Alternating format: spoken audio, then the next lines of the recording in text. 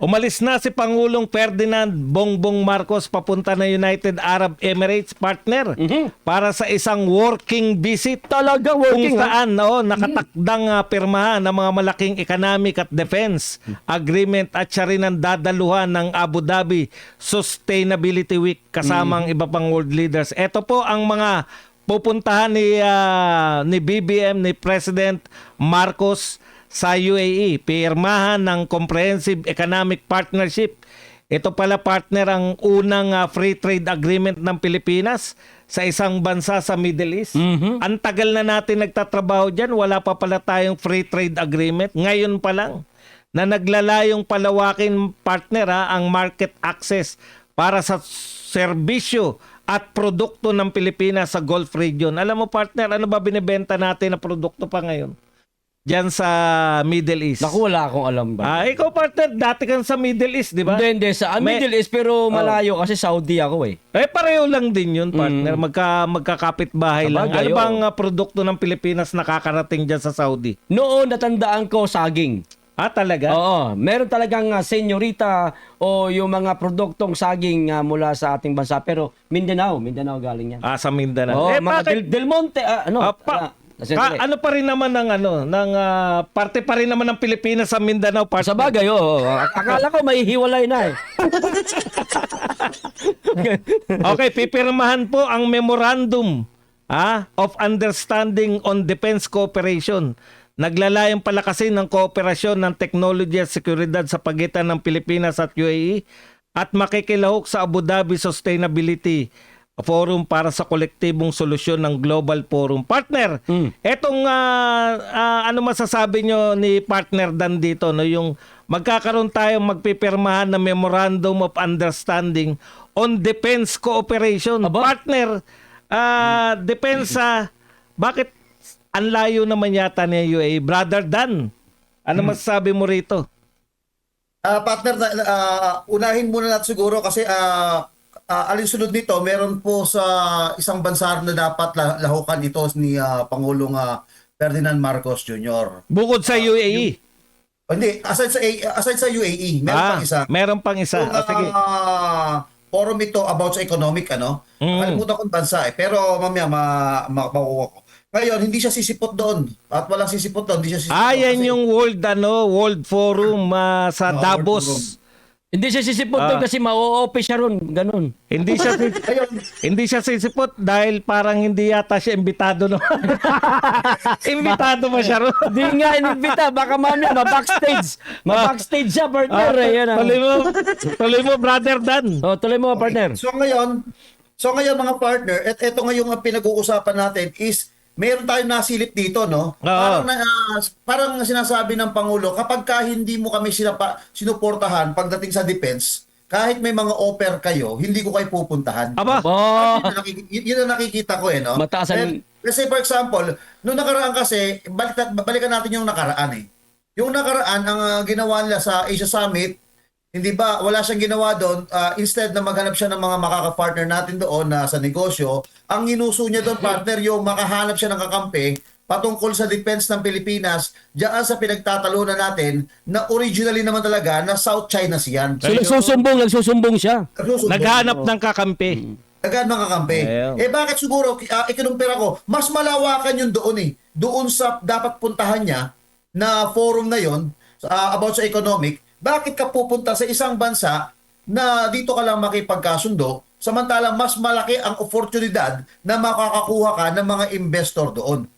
So sa madaling salita, sa tingin mo ay hindi makakatulong sa Pilipinas tong defense coordination o kasunduan depensa dito sa UAE.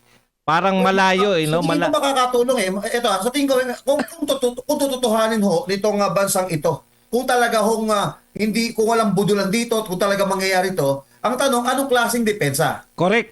Samantalang, ang layo din. Di ba, Brother Dan? Ang layo din niya sa... Malayo din siya sa West Philippines. Tingnan mo ang hinahanap niya mga kampi na layo Kung nga sinasabi natin humingi siya ng tulong, baka naman pagka sinabi ng tulong, bibigyan tayo ng donasyon nito. Anong donasyon nito? Bibigyan tayo ng Ayun. papandigma nito, ganyan, pangkaragatan natin, di ba? So ang tanong dito, ano yung ano maitutulong ng gitnang silangan sa Pilipinas? Pero maganda kung bibigyan tayo, good, walang problema. Oo, maraming gold doon. Oo. Hindi na Ang defense layo yun, mo, malayo ka partner. talaga. Hindi na Nagigets ko defense kung yun. punto nyo, napakalayo mo. Bakit yung malapit hindi mo puntahan? Correct. Alam mo, partner, ayan, susundan lang natin yon, partner. Tama nga si Brother Dan, no? Bakit yung malapit, hindi tayo doon makipagkasundo? O kaya, di ba pakikipagkasunduan sa depensa, partner? Ano yan eh? Kumbaga, makikipagkaibigan ka sa bansa para ano man ang mangyari, magtutulungan kayo para magdepensahan. Partner, may mas maganda kayang kapartner para mawalan na tayo ng problema sa dedepensa natin, partner PL. May maganda bang partner? May maganda bang bansa na dapat nating ipursu yung partnership para wala na tayong problema sa depensa? Yes, simple lang. Simple. Simple lang. Alam mo kung sino yung bansa na maaari kong tukoy partner? Sino, partner? Walang ibang China. Correct. Natural. Di ba? Makipagkasundo siya sa China. Matitigil ang girian, ang mainit na batuhan ng tubig dyan sa West Philippines Sea kung makikipagkaibigan itong si Bongbong Marcos, mga partner, sa China. Matitigil ang gulo, higit sa lahat ang China mapagbigay, matulungin kahit hindi sa Pilipinas, kahit anong bansa yan na nagbibigay sila ng mga infrastruktura. Tulad na lamang ng bansang Afrika yata, partner, kung di ako nagkakamali. Marami sa Afrika, partner. Oo, Maraming silang- bansa sa Afrika. Oo, at napatunayan natin yan sa ating bansa noong si Pangulong Duterte pa ang presidente, napakalapit na magkaibigan ng dalawang leader na yan, si Xi Jinping at si Pangulong Duterte. Kaya, napakaraming infrastrukturang naipagawa sa ating bansa ang China.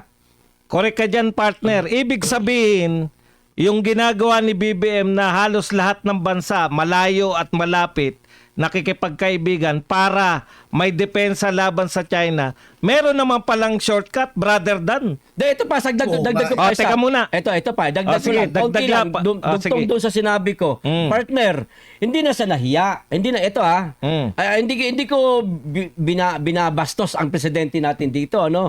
Pero, Mahal natin yan. mahal na natin yan, Pangulo. pero ganito, hindi na sa nahiya. Humingi siya ng tulong, lumapit siya sa bansang Muslim. Arab ito Arab country itong UAE, mga partner. Mga kamusliman ang naririto, mga partner, mga kapatiran ko yan. No? Hindi na sa nahiya dito sa lumapit. Samantalang nung nagkaroon ng pagdarasal ang imam sa palasyo, habang nagdarasal pa, natandaan mo yon, nakarang taon, pagtatapos ng Ramadan, natandaan mo yon? Hindi ko na Habang matandaan. nagdarasal pa yung imam, siya kumakain na. Aba, Oh. kabastusan ba Oo, sa kabastusan yan para sa aming mga Islam, mga partner. Ayan, partner, dinamdam po ng ating kasama na ang attitude na yan. Partner Dan, may shortcut ba na kaysa kinakaibigan pa kung sino-sino? Anong masasabi mo riyan, partner Dan? Walang pinaka-the best para sa akin ako. Hindi porke ako talaga hong dugong inchik, ano. Talagang ako nakikita ko rito. Lagi kong sinasabi to. Ako pala kaibigan ako. Pinaka-the best way na dapat mong gawin kapag nandiyan ka, ang kapitbahay mo, mahalin mo. Dapat kapitbahay mo, talagang hindi mo maging kaaway. Ngayon, eto kasi yan, partner. Alam mo ba na-discover ko ito sa Cebu? Ito, partner, para sa Kaalaman ng lahat. History. Mahilig ako sa history. Wala pa ang Amerika. Wala pa ang Amerikano rito. Ito, kailan lang dumating ang Amerikano, di ba? Dekada 90 lang, di ba? Nung 1890s, partner. 1890s lang. Ito, pinag-uusapan natin, 1500. Ayun. Ay, wala pang Kastila niyan, partner. Wala pa. Wala pang Kastila. Wala pa Kastila. Kaya, alam mo ba doon sa bahay, doon sa Cebu, yung tinawag na Jesuits House, mismo doon nahukay.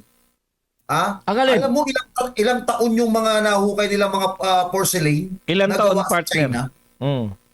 Nasa 1500, 1600. Ibig sabihin no, matagal nang nakikipagkaibigan ang China sa Pilipinas at walang history na nagkaroon ng digmaan. Correct. Ngayong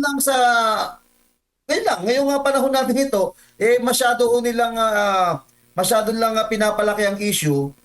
Sabi ko nga, partner, ayan lang ang China.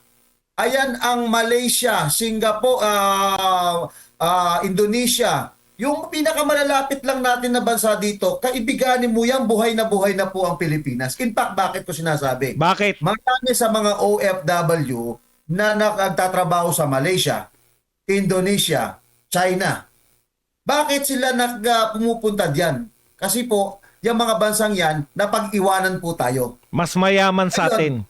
Kung ano man yung naging, paano sila umunlad, kung gagayahin natin at pakikipagkaibiganan natin yung mga yan, makukuha natin yung technique nila kung bakit sila umaasenso. At balang araw, baka tayo na ho ang puntahan dito ng mga yan. At sila na ho ang tayo na mag-hire ng mga katulong natin sa mga bahay. Bakit?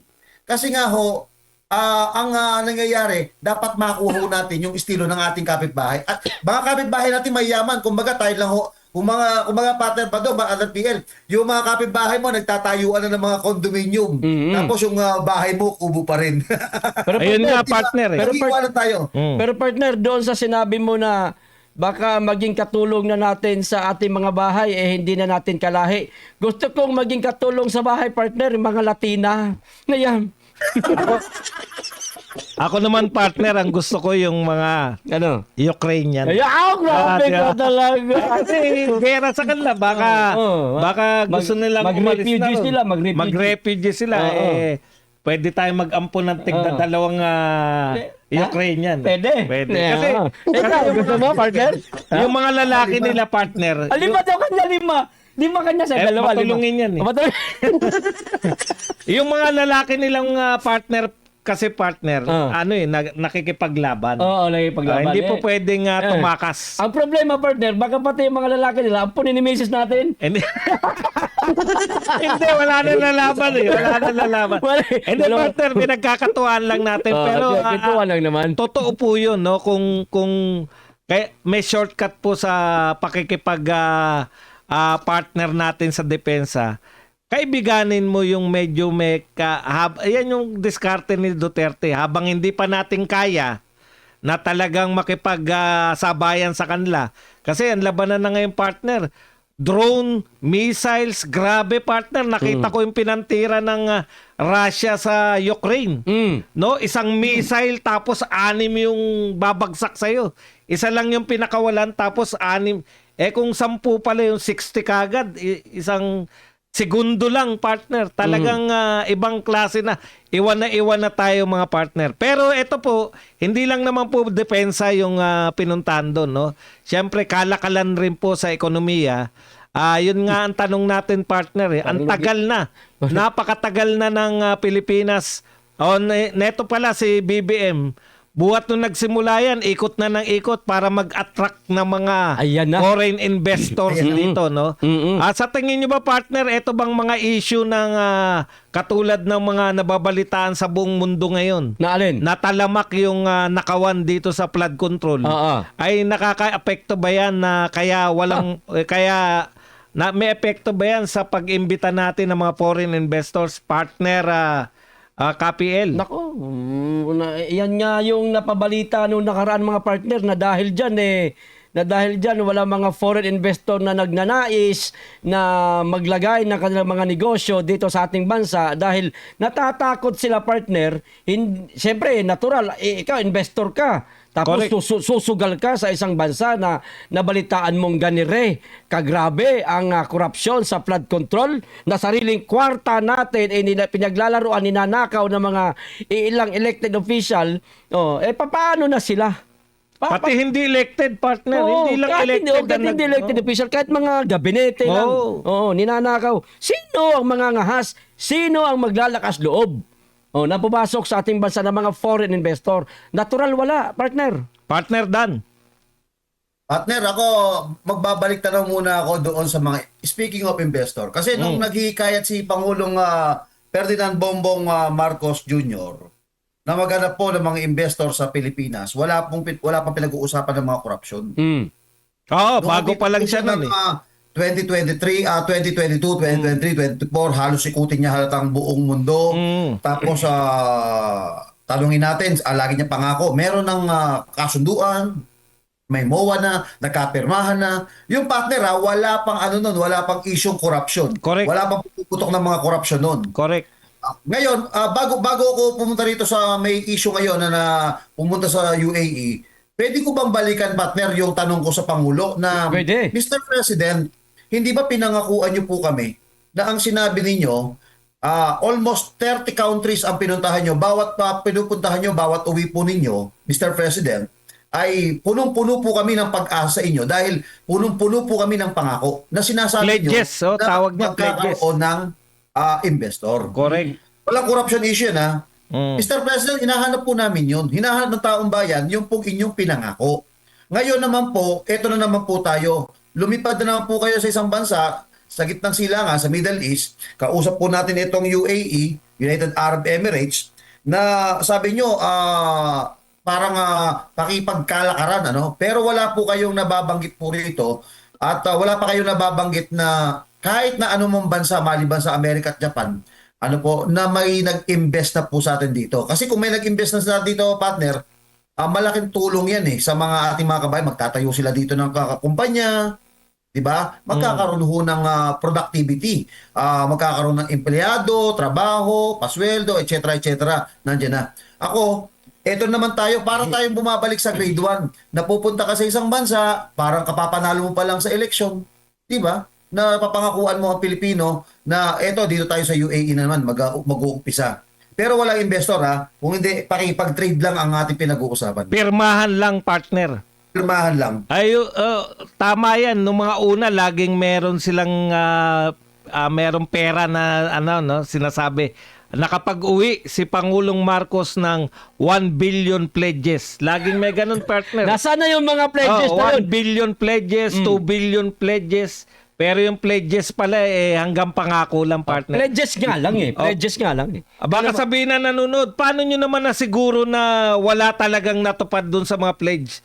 Alam nyo, partner, kung may natupad dyan, binalita na ni Antikler yan. Malamang ipagmamayabang yan. Pagmamalaki ni yung hindi nga nila sa kanila pinagmamalaki. Yung tulay nga na hindi kanila daw sabi Legacy, yung pakayang may pumasok dito. At ang mahirap, partner, meron pa tayo nababalita. Nabalitaan mo ba yung sa Francisco Motor? Ayan ang partner? masakit, partner. Sige nga, kwento mo nga yan, partner. Kasi ganito yan, yung Francisco Motors. Kalaban niya ng Saraw di ba? Yung Saraw Motors. Oo, yan.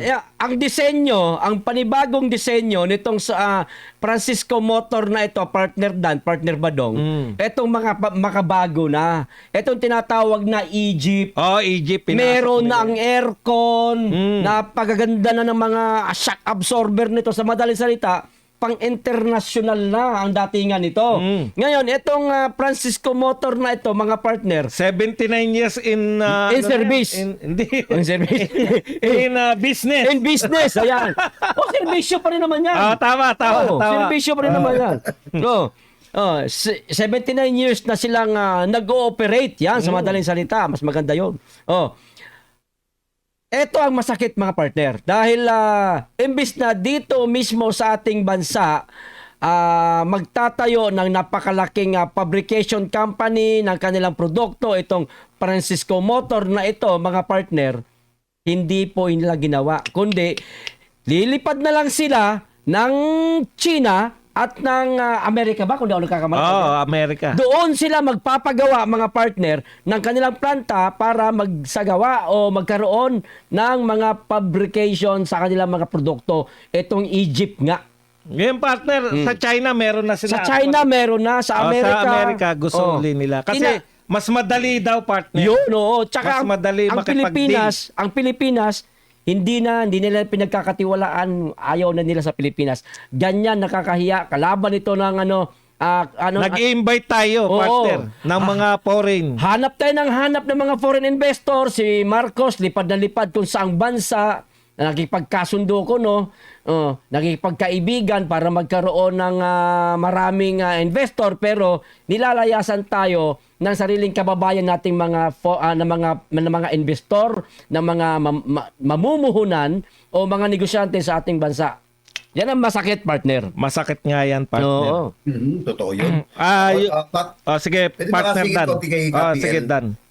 Ang ganda nung sinabi, ang ganda nung ano, isipin mo, nandito na pala yung oportunidad. Nasa Yes. Pilipinas na. Mm-mm. Hindi mo na kinakailangan na inganyuhin pa. Nandito, suportahan mo na lang. Yes. Ang problema, ang nakakadiscovery pa, yung ibang bansa pa, sila pa yung kumukuha sa ibang bansa.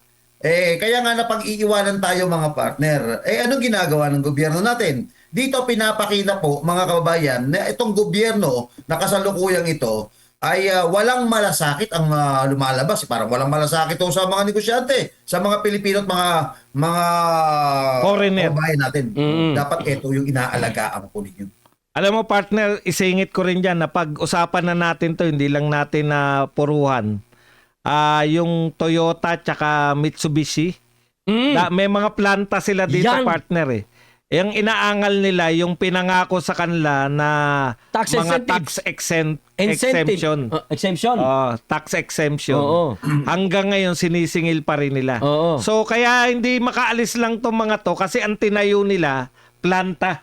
Mm-mm. Ay mahirap yung siguro kung puhunan lang ang nilagak nila dito at hindi sila nakakuha ng mga tax perks, ilalabas na kagad nila yung puhunan nila. Pero dahil nagtayo po sila ng planta dito, pero masama po, sabi nga ni Senator Gatchalian, ang sama ng pinapakita natin sa mundo dahil imbita tayo ng imbita. Pag napunta naman sila dito, ayaw naman natin sundin yung mga kasunduan na kaya natin sila napapayag. Kasi partner, biruin mo, pumunta sila dito dahil meron nga mga tax perks kayong pinangako. Tapos, inalok sila.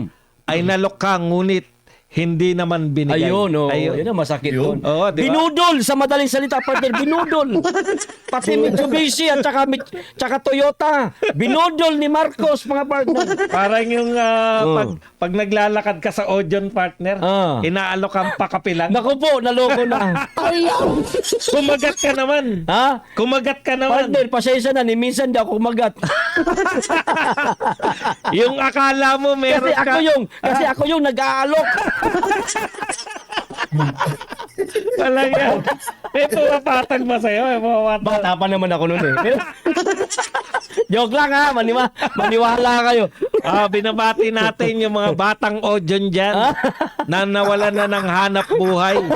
Dahil wala na po yung Odeon Cheddar eh.